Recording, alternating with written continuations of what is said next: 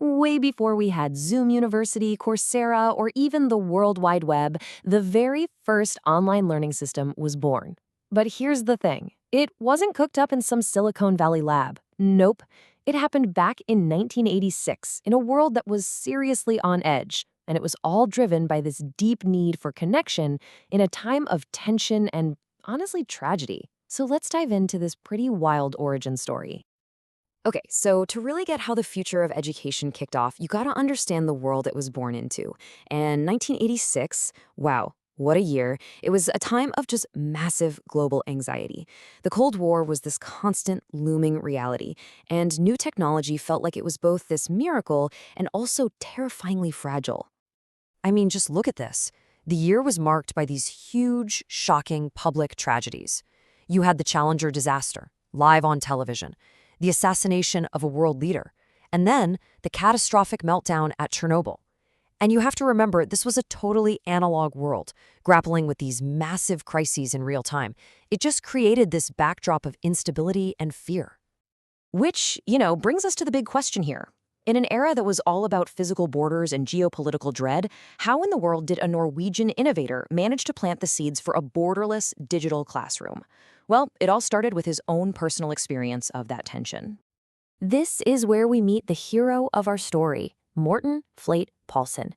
He talks about what it was like at the heavily militarized border between Norway and the Soviet Union. So this threat of nuclear war, it wasn't some abstract thing you saw in the movies. It felt real. You could almost touch it. And that feeling completely shaped how people saw the world and the distances that separated them. But at the very same time, the superpowers were locked in this tense standoff.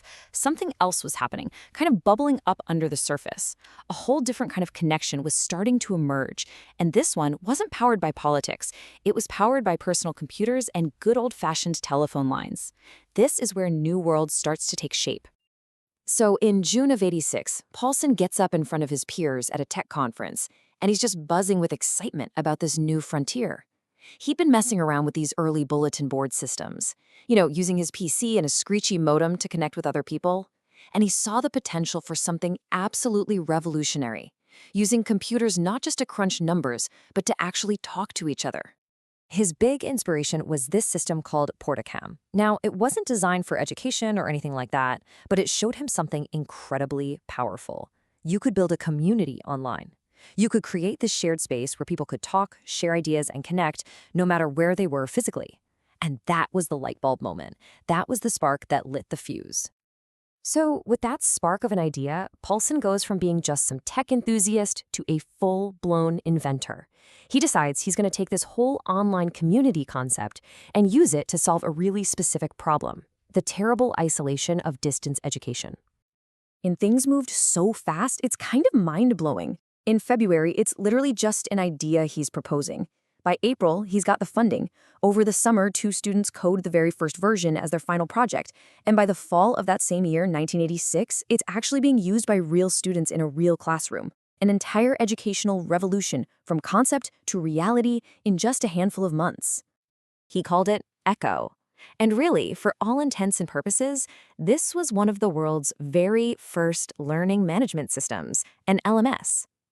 The same kind of system millions of us use today. It was a purpose-built electronic college designed from the ground up to connect students and teachers in a virtual space. And I just love this. This is Paulsen's own hand-drawn sketch, the very first blueprint for EKKO. This is the metaphor he used to get people to understand his vision. It's so human. It shows how this really complex digital idea could be made simple and understandable. That cloud in the middle, that's the main computer, the thing connecting everybody together. So how did it actually work? Well, get this. The features are going to sound shockingly familiar. Teachers posted their notes on digital bulletin boards. Students jumped into online forums to discuss assignments. They turned in their homework using internal email. I mean, these are the basic building blocks of the systems we all use today. And the craziest part? Right from the jump, the student feedback was great. It just worked. Okay, so you'd think this would be an easy sell, right? A brand new tool that students love? Not so fast. Like with any game-changing idea, success didn't come without a fight. The biggest hurdle at first wasn't even the tech. It was convincing people to actually use it. But a little personal journey would give Paulsen all the ammo he'd ever need. And you'll never guess who the first critics were. You'd think the tech department would be all over this, right? Wrong. Paulsen remembers that the very first people to push back were his own colleagues, the folks who were actually educated in information and computer technology. And the pushback is summed up in this one perfect quote. When he suggested they start using EKKO's internal email to communicate with each other, they just scoffed at him. They said their offices were too close to need email. It's just a perfect little snapshot of how hard it can be to see the future when you're comfortable with the way things are. So what does he do? He does something brilliant. To really understand the people he was trying to help, and to strengthen his arguments, he became a distant student himself. He signed up for a traditional mail-in correspondence course taught by a famous expert. And what he discovered was frustrating, it was isolating, and ultimately it made everything crystal clear. And man, this really lays out the difference, right? The old way meant waiting for weeks, literally weeks, for feedback to come in the snail mail. It meant being completely cut off from your classmates, and in his case, he got feedback from his professor that was so badly handwritten he couldn't even read it. EKKO solved every single one of those problems.